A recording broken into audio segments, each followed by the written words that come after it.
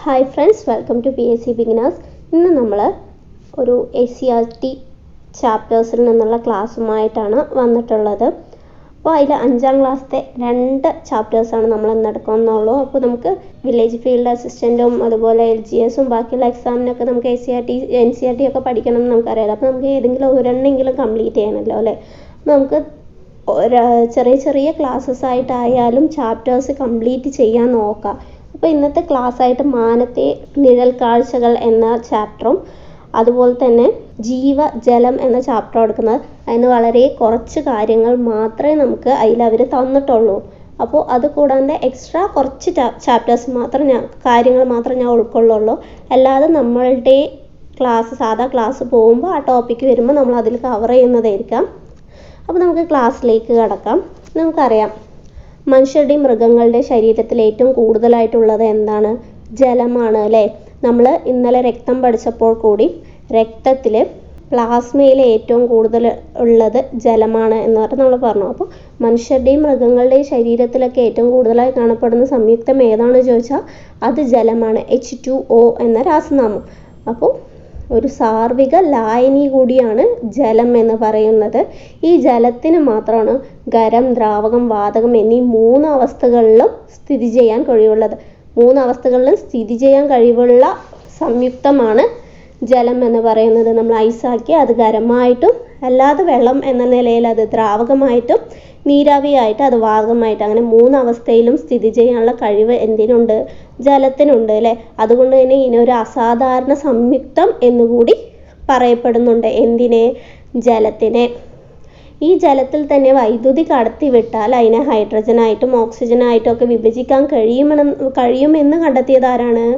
അത് sir Humphrey ഡേവിയാണ്. Sir Humphrey ഡേവിയാണ് 1806 അദ്ദേഹം ഇങ്ങനെ ഒരു കണ്ടെത്തൽ നടത്തിയത്. ജലത്തിലൂടെ വൈദ്യുതി കടത്തിവിട്ടാൽ അതിനെ ഹൈഡ്രജനായിട്ടും ഓക്സിജനായിട്ടും വിഭജിക്കാൻ കഴിയുമെന്ന് 1806 സർ ഹംഫ്രി ഡേവി കണ്ടുപിടിച്ചത്.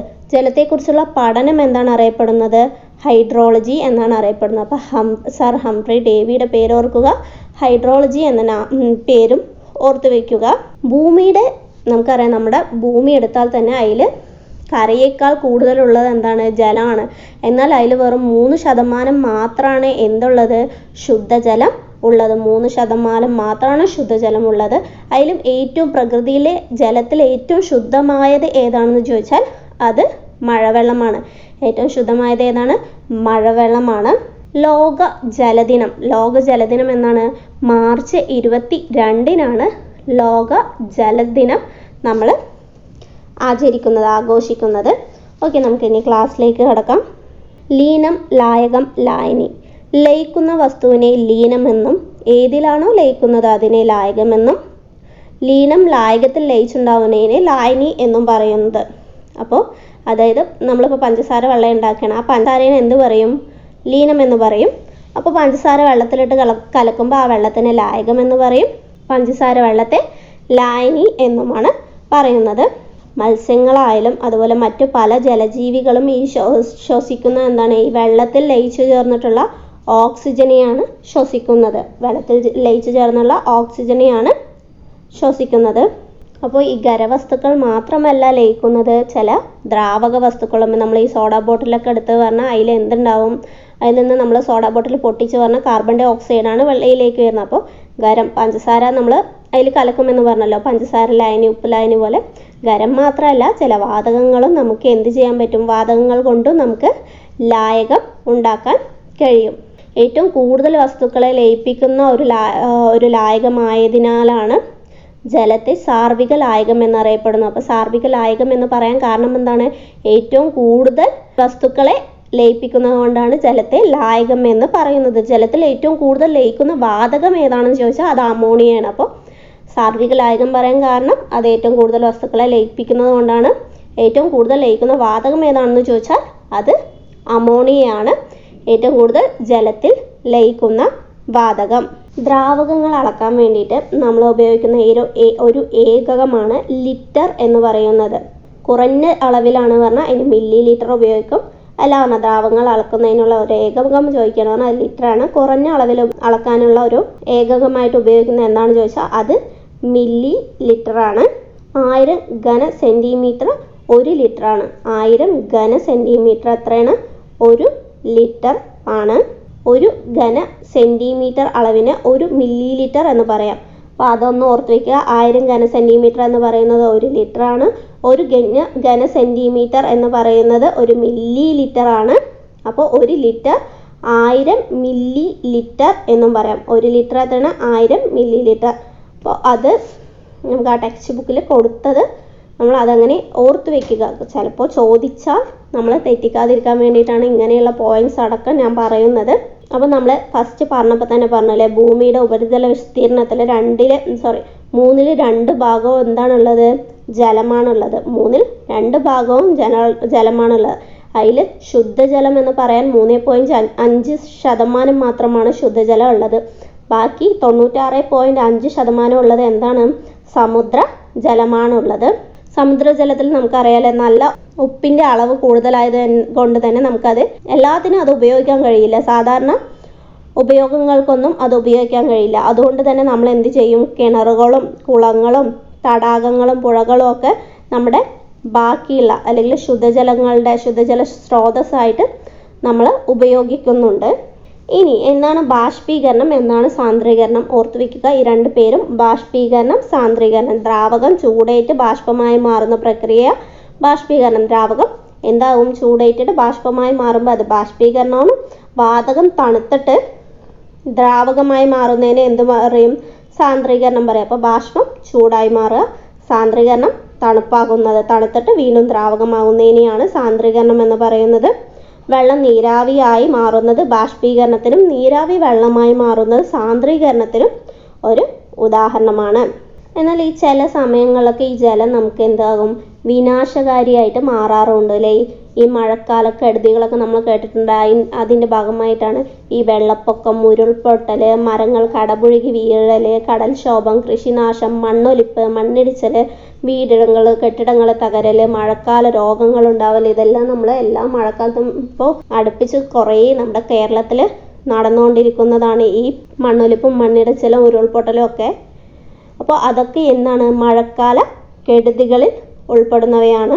ജലാശയങ്ങളും പാടശേഖരങ്ങളും മണ്ണിട്ട് നികത്തുന്നതും അതുപോലെ നദീതടങ്ങൾ കയ്യേറിയിട്ട് നിർമ്മാണ പ്രവർത്തനങ്ങൾ നടത്തുന്നതും മൂലം ജലത്തിൻ്റെ ഒഴുക്ക് തടയുമ്പോഴാണ് ഈ വെള്ളപ്പൊക്കങ്ങളെല്ലാം ഉണ്ടാകുന്നത്. അതുപോലെ മഴക്കാലത്ത് നമ്മൾ കേൾക്കുന്ന മുങ്ങിമരണങ്ങളൊക്കെ എങ്ങനെയുണ്ടാവുന്നതാണ്? സുരക്ഷിതമല്ലാത്ത വെള്ളക്കെട്ടുകൾ മൂലമുണ്ടാകുന്നതാണ്. അത് ചെങ്കുത്തായ പ്രദേശങ്ങളിലെ അശാസ്ത്രീയമായ നിർമ്മാണ പ്രവർത്തനങ്ങളിൽ വൻതോതിൽ മണ്ണിളക്കിയുള്ള കൃഷിരീതിയും കുന്നിടിക്കലും വനനശീകരണവും ഒക്കെ എന്തിന് കാരണമാകും? ഉരുൾപൊട്ടലിന് കാരണമാകും. മനുഷ്യ സൃഷ്ടി അല്ലെങ്കിൽ കൂടി കടൽക്ഷോഭങ്ങളും വലിയ രീതിയിൽ എന്തുണ്ടാക്കാറുണ്ട്? നാശനഷ്ടങ്ങൾ ഉണ്ടാക്കാറുണ്ട്. അപ്പോൾ നമുക്ക് ഈ കടൽക്ഷോഭമൊക്കെ ഉണ്ടാവുകയെന്ന് പറഞ്ഞാൽ മുന്നറിയിപ്പ് ഗവൺമെൻറ്റിൽ നിന്ന് നമുക്ക് മുന്നറിയിപ്പുകൾ ലഭിക്കൂലേ? അത് മഴയായാലും അതുപോലെ കടൽക്ഷോഭമായാലും നമുക്ക് ഗവൺമെൻറ്റിൽ നിന്ന് എന്ത് ലഭിക്കാറുണ്ട്? മുന്നറിയിപ്പുകൾ ലഭിക്കാറുണ്ട്. എന്നാൽ പലരും എന്ത് ചെയ്യും? അതിനെ അവഗണിക്കുകയാണ് ചെയ്യുന്നത്. അത് അവഗണിച്ചിട്ട് വീണ്ടും ഈ കടൽ തീരങ്ങളിലൊക്കെ താമസിക്കുമ്പോൾ കൂടുതൽ അപകടങ്ങൾ ഉണ്ടാവുക, അപകടത്തിൻ്റെ കാഠിന്യം കൂടാനും കാരണമാകും. അതുപോലെ ഇത് കുറയ്ക്കാൻ വേണ്ടിയിട്ടാണ് ഈ കടൽ ഭിത്തി കെട്ടിയിട്ടും കടൽ ചെടി വെച്ച് പിടിപ്പിച്ചിട്ടും ഒക്കെ നമ്മൾ ഈ കടലാക്രമണങ്ങളെ നിയന്ത്രിക്കാറുണ്ട്. വെള്ളപ്പൊക്കവും ഉരുൾപൊട്ടൽ, സുനാമി മുതലായ പ്രകൃതിക്ഷോഭങ്ങൾ ഉണ്ടാകുമ്പോൾ അതിന് വേണ്ടിയിട്ട് ദുരിതാശ്വാസ പ്രവർത്തനങ്ങളിൽ ഏർപ്പെടുന്ന ആൾക്കാരുണ്ടല്ലോ, അവരെയാണ് സന്നദ്ധ സേവകർ എന്ന് പറയുന്നത്. റെഡ് ക്രോസ് പോലുള്ള ചില സന്നദ്ധ സംഘടനകളും ഈ രംഗത്ത് ഉണ്ട്. അതുപോലെ വിദ്യാർത്ഥികൾക്ക് വേണ്ടി പ്രവർത്തിക്കുന്ന ഇതാണ് scout and guide, NCC, junior red cross മുതലായവയെല്ലാം. അപ്പോൾ ജലം എന്ന് പറയുന്ന ഒരു സാർവികലായകമാണ്. അതെന്തുകൊണ്ടാണെന്ന് ചോദിച്ചാൽ ഒരുപാട് പദാർത്ഥങ്ങളെ ലയിപ്പിക്കാൻ കഴിയുന്നത് കൊണ്ടാണ്. ജലത്തിൽ ഏറ്റവും കൂടുതൽ ലയിക്കുന്ന വാതകം ഏതാണെന്ന് ചോദിച്ചാൽ അമോണിയാണ്. ഖരം പദാർത്ഥങ്ങൾ മാത്രമല്ല, ദ്രാവക പദാർത്ഥങ്ങളും ജലത്തിൽ ലയിക്കുന്നുണ്ട്. അതിൽ ഏറ്റവും കൂടുതലുള്ളത് എന്താണ്? അമോണിയാണ്. ലോക ജലദിനം മാർച്ച് 22 ജലത്തിലൂടെ വൈദ്യുതി കടത്തിവിട്ട ഓക്സിജൻ വേറെ ഹൈഡ്രജൻ വേറെ വേർതിരിക്കാൻ പറ്റുമെന്ന് 1806 കണ്ടുപിടിച്ചത് സർ ഹംഫ്രി ഡേവിയാണ്. ലോക ജലദിനം മാർച്ച് 22 ഭൂമിയിലെ ജലത്തിൻ്റെ 3% മാത്രമാണ്. നമ്മൾ ടെക്സ്റ്റിൽ 3.5 എന്ന് കണ്ടു. 3% മാത്രമാണ് എന്തുള്ളത്, ശുദ്ധജലം ഉള്ളത്. 2 ഭാഗവും ഭൂമിയിൽ എന്താ ഉള്ളത്, സമുദ്രമാണ് ഉള്ളത്. പിന്നെ ജലത്തിലെ ഏറ്റവും കൂടിയ സാന്ദ്രതയുള്ള താപനില എന്ന് പറയുന്നത് 4 ഡിഗ്രി സെൽഷ്യസ് ആണ്. ജലത്തിൻ്റെ വിഭിന്ന സവിശേഷതകൾക്കുള്ള അടിസ്ഥാനം എന്ന് പറയുന്നത് എന്താണ്, അതിൻ്റെ പോളാർ സ്വഭാവമാണ്. കാർബണികവും അകാർബണികവുമായ അനേകം സംയുക്തങ്ങളെ ലയിപ്പിച്ചിട്ട് സാർവിക ലായകമാവാൻ ജലത്തിന് കഴിയുന്നതിൻ്റെ കാരണവും ജലത്തിൻ്റെ പോളാർ സ്വഭാവമാണ്. അപ്പോൾ ജലത്തിൻ്റെ വിഭിന്ന സവിശേഷതകൾ കാരണം എന്താണ്, പോളാർ സ്വഭാവമാണ്. അതുപോലെ കാർബണികവും അകാർബണികവുമായ അനേകം സംയുക്തങ്ങളെ ലയിപ്പിച്ച് സാർവിക ലായകമാക്കാൻ ജലത്തിന് കഴിയുന്നതിന് കാരണം എന്താണ്, അതിൻ്റെ പോളാർ സ്വഭാവവുമാണ്. ജലത്തിൻ്റെ സ്ഥിര കാഠിന്യത്തിന് കാരണമാകുന്ന രാസവസ്തുക്കൾ ഏതൊക്കെയാണ്? ജലത്തിൻ്റെ സ്ഥിര കാഠിന്യത്തിന് കാരണമാകുന്ന രാസവസ്തുക്കളാണ് കാൽസ്യം, മഗ്നീഷ്യം എന്നിവയുടെ സൾഫേറ്റുകളും ക്ലോറൈഡുകളും. അപ്പോൾ ജലത്തിൻ്റെ സ്ഥിര കാഠിന്യത്തിന് കാരണം കാൽസ്യം, മഗ്നീഷ്യം എന്നിവയുടെ സൾഫേറ്റുകളും ക്ലോറൈഡുകളുമാണ്. ഈ സ്ഥിര കാഠിന്യം ഇല്ലാതാക്കാൻ വേണ്ടിയിട്ട് നമുക്ക് എന്തെല്ലാം ചെയ്യാൻ പറ്റും? അതിൽ വാഷിംഗ് സോഡ ചേർക്കുക, അതുപോലെ ഡിസ്റ്റിലേഷൻ ചെയ്യുക എന്നിവയെല്ലാം ചെയ്യുന്നതിലൂടെ ജലത്തിൻ്റെ സ്ഥിര കാഠിന്യം ഇല്ലാതാക്കാൻ കഴിയും. ജലത്തിൻ്റെ താൽക്കാലിക കാഠിന്യത്തിന് കാരണമായ രാസസംയുക്തങ്ങൾ, നേരത്തെ നമ്മൾ പറഞ്ഞ സ്ഥിര കാഠിന്യത്തിന് കാൽസ്യം, മഗ്നീഷ്യം എന്നിവയുടെ സൾഫേറ്റുകളും ക്ലോറൈഡുകളാണെന്ന് പറഞ്ഞു. അതിന് വാഷിംഗ് സോഡ ചേർക്കുക, ഡിസ്റ്റിലേഷൻ ചെയ്യുക എന്ന് പറഞ്ഞു. ഇനി താൽക്കാലിക കാഠിന്യത്തിന് കാരണമായ രാസസംയുക്തങ്ങൾ ഏതൊക്കെയാണ്? കാൽസ്യം ബൈകാർബണേറ്റും മഗ്നീഷ്യം ബൈകാർബണേറ്റുമാണ്. ഇത് ഇല്ലാതാക്കാൻ വേണ്ടി നമുക്ക് ലൈം ചേർക്കാം, അല്ലെങ്കിൽ തിളപ്പിക്കുകയോ ചെയ്യുന്നതിലൂടെ ഇതിൻ്റെ താൽക്കാലിക കാഠിന്യം ഇല്ലാതാക്കാൻ കഴിയും. ഈ ജലത്തിൻ്റെ കാഠിന്യം അളക്കാൻ ഉപയോഗിക്കുന്ന രാസവസ്തു ഏതാണ്? എഥിലീൻ ഡൈ അമീൻ ടെട്രാ അസറ്റേറ്റ് ആണ്. EDTA എന്ന് പറയും. എഥിലീൻ ഡൈ അമീൻ ടെട്രാ അസറ്റേറ്റ് ആണ് ജലത്തിൻ്റെ കാഠിന്യം അളക്കാൻ ഉപയോഗിക്കുന്ന രാസവസ്തു എന്ന് പറയുന്നത്. അപ്പോൾ ഇതാണ് നമ്മുടെ ആദ്യത്തെ ചാപ്റ്ററായ, നമ്മൾ പറഞ്ഞ ഫസ്റ്റ് ചാപ്റ്ററായ ജീവജലം എന്നിവയിൽ പറഞ്ഞിട്ടുള്ളത്. അപ്പോൾ ഇതിൽ കുറച്ച് കാര്യങ്ങൾ ഞാൻ വെളിയിൽ നിന്ന് ഉൾപ്പെടുത്തിയിട്ടുള്ളതുമാണ്.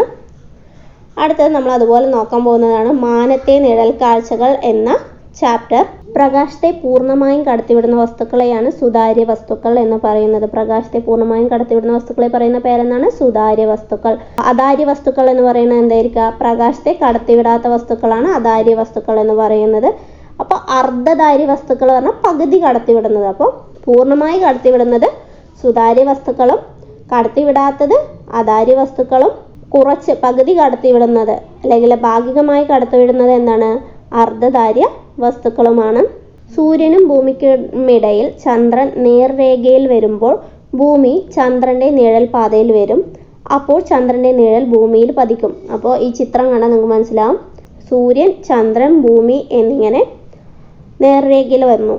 അപ്പോൾ ആ ചന്ദ്രൻ്റെ നിഴൽ എന്ന് പറയുന്ന ഏഴിലേക്ക് വരുന്നുണ്ട്, ഭൂമിയിലേക്ക് വരും അല്ലേ. അപ്പോൾ നിഴൽ പതിയുന്ന പ്രദേശത്ത് നിന്ന് നോക്കുമ്പോൾ നമുക്ക് സൂര്യനെ കാണാൻ സാധിക്കില്ല. അതിനെയാണ് എന്ത് എന്ന് പറയുന്നത്? സൂര്യഗ്രഹണം എന്ന് പറയുന്നത്. അപ്പോൾ ആ ഓർഡർ സൂര്യൻ കഴിഞ്ഞാൽ ചന്ദ്രൻ, പിന്നെ ഭൂമി എന്ന് വരും. അപ്പോൾ ചന്ദ്രൻ്റെ നിഴൽ ഭൂമിയിലേക്ക് പതിക്കും. ആ ഭാഗത്ത് നിന്ന് നോക്കുമ്പോൾ നമുക്ക് എന്ത് കാണാൻ കഴിയില്ല? സൂര്യൻ കാണാൻ കഴിയില്ല. അപ്പോൾ അതിനെയാണ് സൂര്യഗ്രഹണം എന്ന് പറയുന്നത്. പൂർണ്ണ സൂര്യഗ്രഹണം, വലയ സൂര്യഗ്രഹണം, ഭാഗിക സൂര്യഗ്രഹണം എന്നിങ്ങനെയുള്ള രീതിയിൽ സൂര്യഗ്രഹണങ്ങൾ ദൃശ്യമാവാറുണ്ട്. അപ്പോൾ എന്താണ് ചന്ദ്രഗ്രഹണം എന്ന് പറയുന്നത്? ചന്ദ്രഗ്രഹണം എന്ന് പറയുന്നത് ഇതുപോലെ തന്നെയായിരിക്കാം. എന്നാൽ സൂര്യനും ചന്ദ്രനും ഇടയിൽ ഭൂമിയുടെ സ്ഥാനം നേർരേഖയിൽ വന്നാൽ എന്താ ഉണ്ടാവുക? ഭൂമിയുടെ നിഴലിൽ ചന്ദ്രൻ വരും. ആ സമയത്ത് നമുക്ക് ചന്ദ്രനെ കാണാൻ സാധിക്കില്ല. ഇതാണ് ചന്ദ്രഗ്രഹണം. ഈ പിക്ചർ നോക്കിയാൽ നമുക്ക് മനസ്സിലാവും. സൂര്യനും ചന്ദ്രനും ഇടയിൽ എന്ത് വരും എന്നാണ് പറയുന്നത്? ഭൂമി വരും. അപ്പോൾ ഭൂമിയുടെ നിഴൽ എന്തിൽ പതിക്കും? ചന്ദ്രനിൽ പതിക്കും. ആ സമയത്ത് നമുക്ക് എന്ത് കാണത്തില്ല? ചന്ദ്രനെ കാണാൻ സാധിക്കില്ല. അതിനെയാണ് ചന്ദ്രഗ്രഹണം എന്ന് പറയുന്നത്. അപ്പോൾ ഇതിൽ നമുക്ക് ഈ ചാപ്റ്ററിൽ പ്രകാശത്തെക്കുറിച്ച് പ്രത്യേകിച്ചൊന്നും പഠിക്കാനില്ല. പക്ഷെ നമ്മൾ പ്രകാശം എന്ന ടോപ്പിക് എടുത്ത് പറഞ്ഞാൽ ഫിസിക്സിൽ അത്യാവശ്യം വലിയ ടോപ്പിക്കാണ്. പ്രകാശത്തെക്കുറിച്ചുള്ള പഠനം എന്താണ്? ഒപ്റ്റിക്സ് എന്നാണല്ലേ പറയുക. പ്രകാശത്തിൻ്റെ സവിശേഷതകളെ കുറിച്ചുള്ള പഠനമാണ് ഒപ്റ്റിക്സ് എന്ന് പറയുക. ശൂന്യതയിൽ പ്രകാശത്തിൻ്റെ വേഗത എത്രയാണ്? 3 × 10⁸ മീറ്റർ പെർ സെക്കൻഡ് ആണ് ശൂന്യതയിൽ പ്രകാശത്തിൻ്റെ വേഗത എന്ന് പറയുന്നത് പ്രകാശത്തിന് സഞ്ചരിക്കാൻ എന്താവശ്യമില്ല? മാധ്യമം ആവശ്യമില്ല. സൂര്യപ്രകാശം ഭൂമിയിൽ എത്താൻ എടുക്കുന്ന സമയം എത്രയാണ്? 8 മിനിറ്റ് 20 സെക്കൻഡ്. അതായത് 500 സെക്കൻഡ് മാത്രമാണ് സൂര്യപ്രകാശം ഭൂമിയിൽ എത്താൻ എടുക്കുന്നത്. ഇനി ചന്ദ്രനിൽ നിന്നുള്ള പ്രകാശം ഭൂമിയിൽ എത്താൻ വേണ്ട സമയം എത്രയാണ്? 1.3 സെക്കൻഡ്. അപ്പോൾ അത് ഓർത്ത് വയ്ക്കുക. സൂര്യപ്രകാശം ഭൂമിയിലെത്താൻ 8 മിനിറ്റ് 20 സെക്കൻഡും ചന്ദ്രനിൽ നിന്നുള്ള പ്രകാശം ഭൂമിയിലെത്താൻ 1.3 സെക്കൻഡും മാത്രമാണ് വേണ്ടത്. അപ്പോൾ നമ്മൾ ഇന്ന് ഈ 2 ചാപ്റ്റേഴ്സ് മാത്രമാണ് ഉൾപ്പെടുത്തിയിട്ടുള്ളത്. അപ്പോൾ നിങ്ങൾക്ക് ഇഷ്ടപ്പെട്ട ലൈക്ക് ചെയ്യുക, സബ്സ്ക്രൈബ് ചെയ്യുക. വീണ്ടും പുതിയൊരു ക്ലാസ്സുമായി വരുന്നത് വരെ ഓക്കെ, ബൈ.